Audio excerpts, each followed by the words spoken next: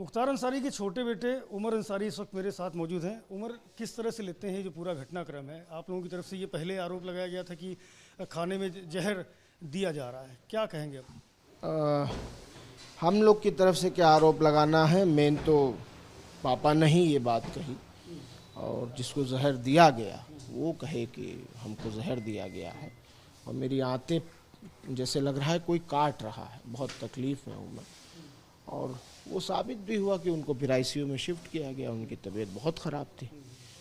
फिर ना जाने डॉक्टर को स्वतंत्र तरीके से इलाज नहीं करने दिया गया, और 12 ही घंटे में पीठ ठोक के और कि आप बिल्कुल फिट हैं, आप वापस जाइए तन्हाई बैरिक में बांदा की जेल के। ठीक है, अब तो भाई जुडिशियल कस्टडी में हैं, आप जैसे चाहोगे हमें रखोगे। खाने में जहर दिलवा चुके थे, इलाज मुकम्मल होने नहीं देंगे, जेल भेज दिया गया। कल तबीयत इतनी ख़राब थी कि कल दिन में भी बेहोश हो गए। वीडियो कॉन्फ्रेंसिंग पे पेशी पर आए, मुझसे 3:30 बजे पीसीओ के माध्यम से जब जो परिजन से बात होने की सुविधा एक है उससे बात हुई तो खुद बताया कि मैं बेहोश हो गया। और मैंने कहा कि मैं परमिशन ले रहा हूँ कोर्ट से, मैं कल प्रयास करूँगा आने की आपके पास। तो कहे कि मत आना, मेरी तबीयत बहुत ख़राब है, मैं बैरिक से निकल के व्हीलचेयर पे भी नहीं आ पाऊँगा। तकलीफ आपसे साझा की थी? बिल्कुल तकलीफ़ साझा की थी, और उनको कहीं ना कहीं अपनी तकलीफ़ जो वो इतने दिन से झेल रहे थे उसके चलते उन्हें एहसास था। 5 मिनट की रिकॉर्डिंग में आखिरी में उन्होंने मुझसे ये कहा है, बिल्कुल लास्ट में, कि बॉडी तो यहीं रह जाएगी, रूह मेरी चली जाएगी। ये लास्ट उनके वर्ड हैं 3:30 बजे दोपहर में। और अब आगे सबको पता है, पूरा देश जान रहा है क्या हुआ है। इलाज ना मिलने के कारण ये मौत नहीं है, ये बिल्कुल हत्या है, और इसमें कोई शक नहीं है। हम लोग जुडिशियल प्रक्रिया से, लीगल तरीके से जो भी इसकी जांच कराना हो, चाहे इसके लिए जो हम लोग बेहतर समझेंगे वो करेंगे। और ये जानबूझकर सब किया गया है, क्यों किया गया है, क्या किया गया, सब आप लोग को पता। राजनीतिक दल के लोग ये डिमांड कर रहे हैं कि इस मामले की जुडिशियल इंक्वायरी हो, हाई लेवल इंक्वायरी हो, क्या आप भी इससे इत्तेफाक रखते हैं? बिल्कुल हम इससे इत्तेफाक रखते हैं, क्यों नहीं हो, क्यों नहीं हो। एक आदमी आशंका व्यक्त कर रहा है कि मुझे जहर दिया गया है, मुझे मार दिया जाएगा। एक आदमी कह रहा है कि मेरी तबीयत इतनी ख़राब है कि मैं मुट्ठी अपनी नहीं बंद कर पा रहा हूँ। मुट्ठी इसलिए नहीं बन पा रहा हूँ, कमज़ोरी इतनी है, मुट्ठी नहीं बंद कर पा रहा हूँ। और हाल ये है कि उसको 12 घंटे आईसीयू में रखा जाएगा, और फिर ऊपर से इतना प्रेशर आ जाएगा कि वापस जेल। तो अब सब सोचने की बात है। वो हमारे बीच नहीं है, मैं ऐसी मेंटल स्थिति में नहीं हूँ कि ज़्यादा आपसे बात करूँ। अच्छा, मुझे बता दी क्या आगे की जानकारी दी कि पोस्टमार्टम? जानकारी ऑफिशियल्स के द्वारा नहीं दी गई है। मेरे बड़े अब्बा अफजाल अंसारी साहब ने बस जो मुझे बताया है, उनकी बात शायद डीएम साहब और एसपी साहब से हुई है।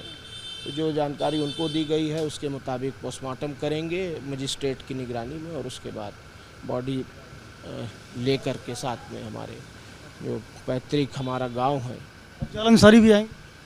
उनकी तबीयत कल ही ख़राब हो गई थी, वो हार्ट के पेशेंट दशकों से हैं, और उनको दवा दे के किसी तरह समझा बुझा के लिटाया गया। वो बहुत ज़िद कर रहे थे आने की। मैंने खुद बात करके रिक्वेस्ट की कि बाबा मैं हूँ यहाँ, और अब तो जो नुकसान हम लोग का होना था वो हो चुका है, आप आके क्या करेंगे। मैं हूँ, मुझ पे आप ये जिम्मेदारी दीजिए, मैं इसको देखूँगा, और मैं आता हूँ, कोशिश करता हूँ कि सब सही से करा के आपके पास लेके आऊँ।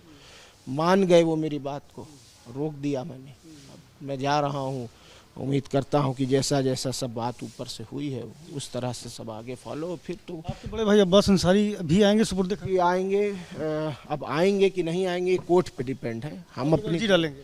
हाँ बिल्कुल डालेंगे भाई, ये तो आम बात है कि कोई भी परिजन किसी का डेथ हो जाती है, इंतकाल हो जाता है, तो उसको दिखाया जाता है, या फिर उसको ले जा कर के जेल में उसका शव दिखाया जाता है।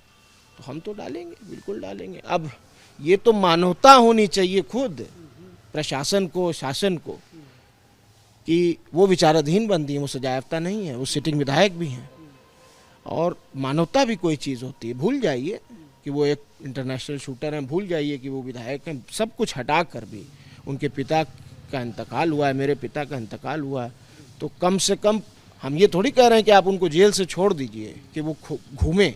हम तो ये कह रहे हैं कि जुडिशियल कस्टडी में उनको लेकर आया जाए, वो आखिरी जो हमारी तदफीन की परंपरा है उसमें वो शामिल हों, उनको दफन करें, उनको मिट्टी दें, फातिहे तक रुकने की इजाज़त दी जाए, फिर आप कि कस्टडी में है आप ले जाइए। ऐसी भी आशंका जताई जा रही है कि मुख्तार अंसारी के समर्थक बड़ी संख्या में हैं, उनके इंतकाल के बाद में इसमें कोई दो राय तो है नहीं, इसमें कोई दो राय तो है नहीं।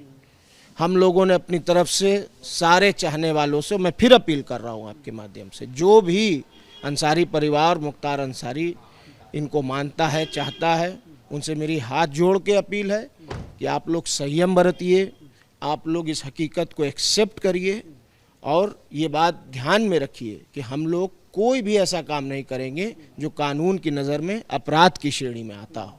हम तो अपील कर रहे हैं, कल से कर रहे हैं, लाखों फ़ोन अटेंड कर चुके होंगे, मीडिया में भी बोल रहे हैं, अभी भी कह रहा हूँ। तो अभी आप जा रहे हैं पोस्टमार्टम के लिए।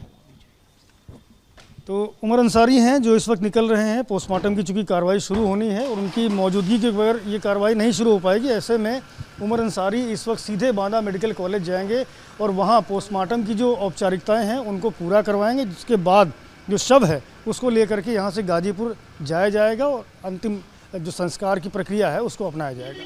कैमरामैन प्रेम सिंह के साथ संजय त्रिपाठी, ABP न्यूज़, बांदा।